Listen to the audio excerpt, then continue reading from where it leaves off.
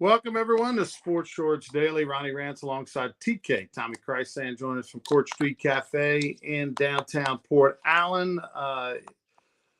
It is a rainy Monday, and it is a rainy Monday for some college football coaches. LSU has a big win. Jayden Daniels starts Heisman talk. We had two coaches that were in a game on Saturday, lost their job on Sunday. We'll get into that whole discussion. The New Orleans Saints lose, but still find themselves in first place because they're in the worst division in the NFL. The Pelicans, I don't know what's going on with them. They've lost 5 in a row. And it is what it is. Open date next week for the Saints, so they win. They'll sit back and hopefully everybody will lose around them, and they can still stay in first place. But let's get to the topic of the day. Jayden Daniels. I know we are homers. We're LSU fans. We want him to win the Heisman, so we're going to try to paint the picture in every way, shape, or form that we can. But the bottom line is that he did something no one's ever done in FBS history, Tommy, and he threw for over 350, ran for over 200. Like, let that sink in. It's never been done before. In the history of big boy college football, a quarterback did what he did on Saturday night against Florida in Tiger Stadium, threw for over 350 and ran for over 200. That's hard to believe that's never been done before. And over 600 yards total offense for him on Saturday. It's just a shame. This defense is horrible, and that it's not a 1 or 2 loss team. Instead, it's a 3 loss team who's going to have to battle against A&M in the last game of the year to keep it that way. But, man, he definitely needs to be in New York. I'm concerned, Tommy, that Bo Nix at Oregon – or Washington's quarterback Penix, because they're going to end up potentially undefeated, may still clip them. Well, that's the big discussion right now. What's going to happen about the losses. Some people saying Penix and Nix may split the West Coast vote, and it may lead to Daniels. But look, what Jayden Daniels did the other night in a conference game, like you said, it's never been done before. You know how many great quarterbacks that played this football game? I mean, great. How many elite quarterbacks? A lot. But Jayden Daniels, I think he threw himself clearly into the conversation. And look, Tim Tebow won the Heisman with 4 losses one year with the Florida Gators. Like ancient days, Paul Hornung won it at Notre Dame when they were 2-8. Now, the world was different back then. I get it. So I don't know. It's supposed to be for the best player in college football, regardless of whether your team has wins and losses. It's supposed to be the best player in college football. Now, the best player usually transforms to wins. But, Mike Trout, for a long time, the best player in baseball, his team couldn't win anything. But I think he's the best player in football. He cemented that the other night. He's going to have huge numbers against Georgia State this Saturday night. Then A&M's in disarray. We'll get to that story in a minute. I don't know. I think he's going to have it. And nationally, all these gurus and a lot of people that have votes are saying he's at the top of their list. A lot of the national guys on TV are saying after that he's got to be up there. So if he follows up with some more dynamic performances, albeit Georgia State and A&M, I won't be surprised if he wins it. I won't be surprised if he don't. But I haven't seen Nix or Penix near as much as I've seen Daniels. Obviously, I've seen some highlight clips here and there. I've read some stuff, but in my mind, he's the best player in college football. I think he's definitely the best player in college football. It's just normally when you have teams that are, undefeated or 1 loss. I mean, it's not like we're 2 losses. We're talking about 3 losses. Bo Nix threw for over 400 yards on Saturday, 4 touchdowns, and an Oregon win against a ranked team in Utah. They're going to have a chance, potentially to maybe beat Washington in the Big 12, Pac-12 championship. Penix has slowed down the last few weeks, no doubt. But if Washington finishes the deal and ends up undefeated and in the playoff and all that kind of stuff, and there, and he's had an unbelievable year and led them to that. It's just it's hard to believe that he wouldn't be there. But I hope LSU puts the foot on the gas with Jayden Daniels over the last two games. And let's just face it. Let's just say it. Pad the stats. Like, go for it. You know what I mean? Just let him throw as many touchdowns and as many yards, and don't take him out of the game too soon if you've got a big lead or whatever. Let him get his crazy numbers so that it almost gets to a point where it's absurd that you can't not give him the Heisman. Like, he's got to have a Barry Sanders type of year where Barry Sanders rushed for over 2,000 yards back in the late 80s when they only played 11 games, not 12. And and you just had to give it to him. Didn't matter about Oklahoma State, how good they were or weren't good. To me, that's what Daniels has to do. These last two games, it's got to go be stupid like it was on Saturday, to where it's just not even a conversation. You look at the stats now, it's stupid. He's way ahead of statistically of Bo Nix and of Penix Jr. at Washington. And then you throw in Drake May, Caleb Williams has faded away. But his numbers today this morning are far better than both of those guys. And I agree with you. If LSU recognizes that and, let him pour it on Georgia State, who knows, he could have 700 yards against them if he played the whole game. And then A&M, that'll be in Tiger Stadium. We'll see. And they're in disarray with, all that stuff on there. But if they do that, and if you're right, if the numbers are just stupid crazy and the gap is just so big, you really can't make an argument for Nix or Penix. Then he could very well end up winning it. And, the national media is pretty powerful. And these people are letting this stuff fly. That would be something, huh? I mean, allow yourself the opportunity to think about it. LSU potentially could have two Heisman Trophy winners in a 5-year span. We went from the late 50s all the way to 2019 before they had a Heisman Trophy winner at LSU. You could potentially have two in a 5-year period. And outside of making the playoffs, Tommy, as a football team, the best thing you can do for your brand and for recruiting and everything is to have a Heisman Trophy winner. That's huge, and to have even to get another one if he goes to New York but doesn't win.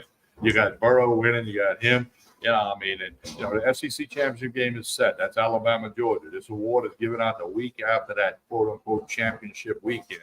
So bowl games and playoffs are not going to factor into this. Those ballots are due in. I want to say the Sunday night after that championship weekend when the SEC and the Big Ten and everybody does all that. So we'll see. But you're right. I think if he puts up stupid, crazy numbers against Georgia State and A&M, it'll be hard for somebody to argue for Penix or Nix, unless one of those guys do something crazy. Well, Nix has had a phenomenal year, and his efficiency and all that on top of the numbers is crazy. His throwing percentage and everything.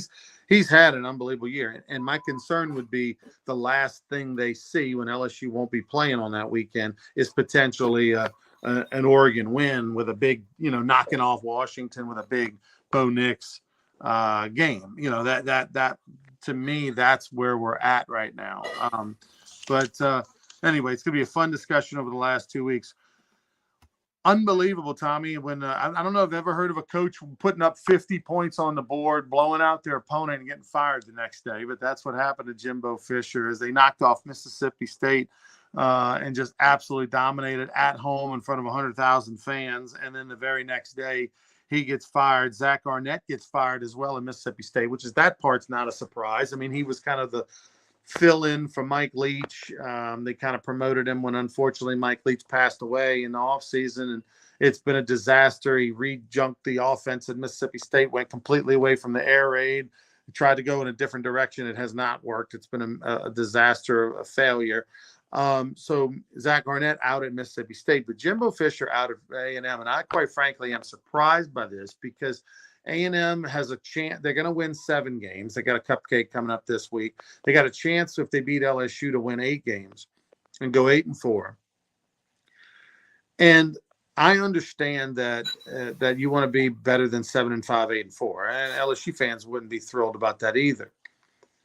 But this A&M, and I know they've got tons of money and big boosters and all that stuff. We all know the numbers. They're the daddy. But they've got that kind of money, Tommy. They can burn $75 million and to tell a guy to go bye-bye 75, and then go to overpay for the next guy, right? They're going to go get the Oregon coach or the Washington coach or go get some proven guy. They're going to go steal somebody and have to pay $10 million a year. Like they've got that kind of money. Wow. Well, apparently they do. And from what I read, Ronnie, they owe Jimbo Fisher like $15 million within 30 days. Okay. And then it's like 7 point something million until this 76.5 million is eaten up. Now, might they try to negotiate with him? Perhaps. I don't know. But I read this decision. Well, this decision was made last Thursday, Friday. So the fact that they beat State 51-10 or whatever, it was not a factor. But I'm sure when they called him up and said, hey, you need to come to the office, he's thinking, okay, 51 points, it's a nice output. Mississippi State's not that good, but maybe we get on a roll, and then they get rid of it. But he probably did the old Ed Orgeron thing. Which door you want me to go out of, And then Zach Arnett, by the way, his buyout is $72 million less than Jimbo's. Okay, but you're right. He got thrown in. Leach passed away. Boom. They hired him. But how about that? Zach Arnett, he gets a bump in pay from being an assistant to a head coach, and then he gets $4 million to go bye-bye. I mean, not bad. Not bad. Well, right. Here's all of the year's work. I thought about what I'm about to say. It boils down to, an A&M must have boatloads of oil tanks full of money, okay? But I think they look at, can we afford not to?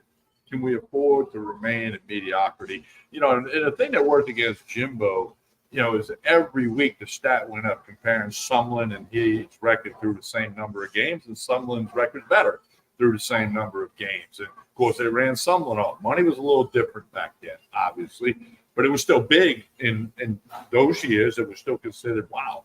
So it just boils down to, I think, can these schools afford not to fire somebody? Billy Napier at Florida, I mean, can they afford to, although he's supposedly hitting it great on the recruiting trail, but, that's subjective. That could work, that might not work. So it's just unbelievable. I was in a text message with my son and a couple of my nephews. I've never seen both coaches from one game get fired. I don't think it's ever happened. I guess maybe somewhere along the line it did, but State and A&M both fire their coaches after that football game. And both may have been decided before that game, by the powers that be. Might say, okay, we're doing it. Let's find a time to do it. But it's just, it's bizarre, but we've come to expect bizarre. We've become accustomed to bizarre. But back to your point, it's a lot of money to just say, okay, and as you point, two things. One, you fire Arnett, you fire Fisher, and that includes about 25 other coaches and all the analysts that have lost their job too. And I feel for those guys. But like you said, they're going to have to pay some guy to come in $9 or $10 million a year. Unless they get the trailer guy at UTSA, maybe they get it for $6 or $7 million. But they're going to have to do that. Then that staff's going to have to be paid. I mean, so the $76 million is the tip of the iceberg. It's probably $146 million. 176 million by the time they, replace all that. I mean, but hey, they want to win bad. They haven't won a football national title since 1939. Nobody remembers that. So, but diving into the SEC is tough, as we know. Texas and Oklahoma coming on board. Maybe a long time before A&M can say they're national champs in football for sure. I think the Texas and Oklahoma coming on board has a lot to do with the pressure that they feel to, make something happen, and make a change. It's incredible. I mean, if I'm Jimbo Fisher, I don't give him a discount at all. I don't settle on anything. Hey, pay me my $76.5 million. I'm going to take it to the ranch, and or just to the beach or whatever. Been a great run. I mean, $76.5 million. He can take that money and go buy in on an NFL franchise and be a minority owner if he wants. Get a little piece of the action if you want to get your football itch going. But it's amazing how things change so quickly. I mean, Jimbo Fisher twice, two different times LSU wanted, fans wanted him, to hire him. And I think what A&M didn't want to do, and again, they clearly have the money to be able to burn it. They didn't want to happen what Les Miles did to them. Remember when Les Miles beat A&M, and at the last minute they decided to go against firing him and keeping him. And they kept him the next year, and then they fired him after 4 games because he won that last game in Tiger Stadium and got the ovation and all that kind of stuff. They went from, everybody thought this was going to be it, including Les Miles. And then all of a sudden at the end, at the press conference after the game, they decided to keep him. They didn't want to give him that open. They didn't want to let him get to 8 wins and potentially beat LSU. And all of a sudden you're stuck with them. And it's amazing to think that they believe that Jimbo Fisher can't get it done and that he's not the guy. And that if you change it up and you bring in a couple coordinators, you can't get it done because he was thought of. He's a national championship coach at Florida State. He was courted twice by LSU and thought to be maybe going there. And to think that now the consensus is he can't get it done is just shocking. It's just shocking. But there's an old creed in business, Ronnie, and in particular sports business. That which is going to happen eventually might as well happen now. So that goes back to Miles. They didn't fire him after A&M. Joe Oliva changed his mind. The board changed their mind, whatever. They had made their mind up that it had to happen eventually. Then they waited and to paint the picture. After the Auburn game 4 years into next year, they canned him. So if they really believe he ain't the guy, you got to get rid of him. State didn't believe Zach Arnett's the guy. That which may happen eventually should happen now. That's a rule of thumb, especially in sports business, all sports all around the country. And it's in business. I mean, if Jason here at Court Street Cafe has got an employee that's just not working out, he doesn't think the employee's going to get any better, he's got to say, hey, I got to I'm not going to wait a month. I'm going to get rid of him now and get somebody else in who can do the job right. I mean, and that's a very minute example compared to A&M and Mississippi State, and who knows what other coaches will get fired this year. But it is what it is, and it's part of the landscape of sports now. Follow the dollar, follow the money. That almighty dollar is pretty powerful. LSU, by the way, will be a 31-point favorite next week at home. Let me say this, Tommy. I am one that takes the approach of fans can do what they want. They pay their money. If they want to boo, they can boo. If they want to cheer, they can cheer. If they want to leave at halftime, they can leave at halftime, whatever the case may be. Do what you want, right? But I don't know what LSU can do to change this trend. I don't know what incentives they can make, whatever they can do. They gotta put smarter heads together than you and I and try to come up with something. Because it is turning into monkey see, monkey do. And LSU, Florida, halfway through the third quarter, the stands are 60% full.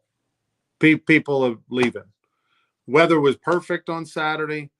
You're arguably your second biggest rival. You've now beaten them 5 years in a row. You're not going to play Florida for a few years because they're not now going to be your permanent opponent anymore with the way adding Oklahoma. And here we are. Jayden Daniels is having a record game, best game in the history of football, and we got people leaving. It's 60% full in the halfway through the third quarter. I mean, I don't understand it.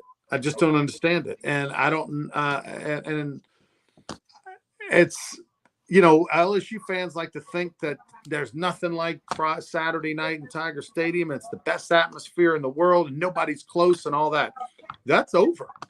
Other than when you play Alabama and they're 2 and you're 1, that okay. But every other game, I mean, it's every game now. It's not like this wasn't Georgia State.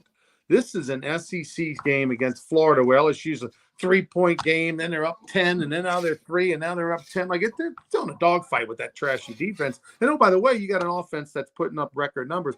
It's terrible. Where are you going? Why are you there? Why do you spend hours and money and all that to leave in the third quarter of an SEC game? I mean, they only play 7 home games a year. I get it if it's Georgia State and it's rainy and you're up 50 and it's Army or whatever. But, like, this is an SEC game against your second biggest opponent on the schedule. It's disappointing, and it wasn't just Saturday. It's happening every freaking week. Well, there's a lot of reasons why I think it happens. And near the top of the list, if not at the top, is the traffic situation. And that, unfortunately, that can't change. They've tried contraflow and all this. Well, let me tell you this. Let me say this, but, Tommy. is that there is no traffic anymore because everybody's leaving at different times, right? And I'm telling you, like I'm parked right over there by the women's softball stadium. Okay, it was the easiest getting out ever. I walked out of the stadium with 50 seconds left, and the game was at hand. They're up 17, whatever.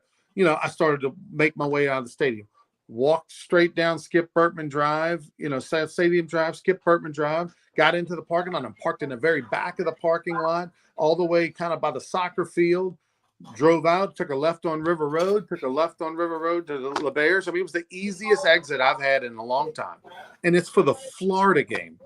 And it's unfortunately, the traffic isn't kind of what it used to be anymore because people are leaving at halftime. So all these people leaving is great. But I mean, I just you can listen to anything on your phone. Everybody in the car other than the driver can be watching TV on their phone. So who cares if it takes you an hour and a half to get home? Like you could sit there and watch Sports Center. You can watch other games. You can do whatever. It's just, it blows my mind that LSU fans like to think they're the number one fans in the world. They're not anymore. They're not. Well, it goes back to something you said a couple of weeks ago here on Sports Shorts Daily. You got 7 home games. You got 365 days in the year. 7 home games. I guess some years there's 8, whatever. Let's just say 7. 7 days out of 365. Make your plans to stay. And you bring up a good point. If you are stuck in a major traffic jam, watch Netflix. We all have the phones. Watch Netflix. Watch highlights of Sports Shorts Daily, reruns, whatever. You can find something to do, But I don't know how to turn that trend around. Like you said, somebody real smart's got to come up with a way. Maybe you incentivize people with TAF points. You scan their ticket on the way out, and if you stayed, seriously, it's crazy that give everybody a $20 bill if they exit, after the fourth quarter. I mean, you made $3 million at the concession stand, give away a couple of 20. Yeah, it's sad, is what it is. I mean, it's sad that in an SEC game in the second half, you look up and you see a third of the fans gone, and that's by the fourth quarter, Tommy. My God, I mean, and we're talking about the good seats. I mean, I get it, not in the nosebleed. We're talking about the good seats. I mean, you look behind the LSU on the LSU side between the 20s, and you see tons of yellow bleachers. Tons. I mean, like 40% empty. Maybe somebody at LSU can get a committee going. Like, how do we change this? Is everybody going to stay? No. But how do we keep it to where the stadium's still 85 and 90% full, as opposed to 60% full? So like I said, and I'm sure there's a lot of other schools doing the same thing. Got to figure out a way to fix it. I'm not smart enough to know the answer. We'll be back on Wednesday this week for more Sports Shorts Daily. We'll talk a lot more Saints on Wednesday. The Saints find themselves in first place, but they're off this week. They lost to the Vikings. The Dobbs story is amazing, right? They're 2-0. The Cardinals, they win a game, with him gone. They got their starting quarterback back. I mean, it's incredible. The story up in Minnesota, but Saints are 5-5, first place. We'll dive into that on Wednesday. Jameis Winston played in the second half. What does that mean for Carr? We'll talk about that as well. And I do want to, and the Pelicans have lost 5 in a row. That's a disaster. I will say they did a great job on Saturday with the ring ceremony for LSU baseball. They let them walk down the hill. They had a huge crowd in the PMAC giving out the rings. They honored them on the field. They had the 2003 national championship football team was there. Got to see a lot of it. Saw Jamarcus Russell just walking down the street by himself. I'm in the traffic on my way to the stadium. There's Jamarcus just walking. Nobody knew who he was. I'm like, there's freaking Jamarcus Russell right there. It's great to see him. He looked good. It was a lot of fun for the 2003 national championship team 20 years ago. Amazing. I remember where I was, Tommy. I watched the game from the Makla Beverage Suite in the Superdome. Ruffin Rodrigue Ruffin was crying after the game when they won. I think Kevin Mawai, I remember, was in that suite, I think. But Ruffin Rodrigue was crying. I remember giving him a hug, and my shoulder got wet. He was so moved. Talking about a guy who, him and his dad played at, football at LSU. He played Ruffin in the late 80s, big part of those teams. and it meant so much to him. That was a moment that stood out, was Ruffin crying and Kevin in the suite, of course, a Pro Football Hall of Famer, 2003 Oklahoma, and Marcus Spears. I remember Marcus Spears, right, taking it to the house on a pick six. But anyway, tell us about Court Street Cafe on the way out. Hey, they got gift certificates, gift cards, great idea for all your neighbors, your people in the office, your friends, whatever you might want to do. Any denomination you want, just come into Court Street Cafe and they'll get you the gift certificate going. And they had a big crowd this weekend with steak night and live music a couple of times, the Sunday brunch. So you need to check it out. If you haven't made that trip over the bridge, it's not hard to get to Court Street Cafe in Port Allen. They do a great job over here, Jason and the staff. Connect on Facebook and Instagram. Breakfast, lunch, dinner, full service bar, live music. And of course, as I mentioned, you got the gift certificate. So get all of that done here at Court Street Cafe. Louisiana Sports Hall of Fame golf tournament. If you got folks that are in the Lake Charles area, big party tonight over at Barstool Sportsbook inside LaBerge Casino. So if anybody, Sportsbook. What's that? Sportsbook. Well, say the other name. I'm calling it the Barstool Sportsbook until I get there and see the sign down. I know it's in Baton Rouge, but I got a text this morning about the ESPN app. That app is getting ready to launch. I sent you a screenshot of it. It popped up on my screen, so that's getting ready to happen. But we were at the Sportsbook for radio this past Saturday, this coming Saturday. Baton Rouge, yeah. We'll be at Walk-Ons Brewing. We were in Baton Rouge, and all the words Barstool and the Barstools, exactly, that all kind of disappeared. They said coming very soon, the ESPN back. So, but no, I know I got LASportshall.com on the screen right now. People can get over there and get involved with that big old golf tournament at LaBerge, Lake Charles. Yeah, the celebrity parties tonight. Food is all included with your ticket. You can get tickets at LASportshall.com. They're only $50. Help support the foundation. You can buy tickets at the door as well. That's from 6 to 9. Live music. You get a chance to meet a lot of great celebs and some auction items. It'll be a cool event. Monday Night Football going on, all that stuff at LASportshall.com. All right, we'll see you on Wednesday morning for more Sports Shorts Daily. Until then, for Tommy Christ and I'm Ronnie Rance. Please like and share this video. Have a great one, everybody.